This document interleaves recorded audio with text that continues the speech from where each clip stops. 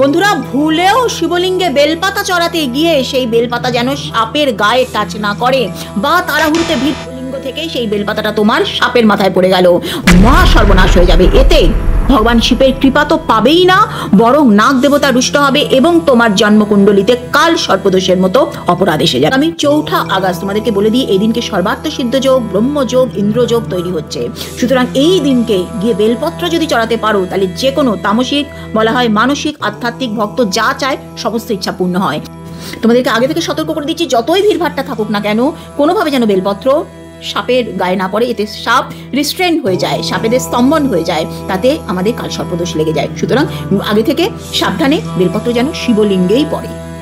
অনেকে কিন্তু এটা জানে না, 99% লোক কিন্তু জানে না। তুমি জানতে পারলে তুমি ভিডিওটা সমস্ত শিবভক্ত মানুষের মধ্যে প্লিজ শেয়ার করে দাও। এতে কিন্তু মহাদেবের আশীর্বাদ তোমার ওপরেও পড়বে, কারণ কাজটা পুণ্যটা তুমি করলে। কমেন্ট সেকশনে হর হর মহাদেব অবশ্যই লিখো।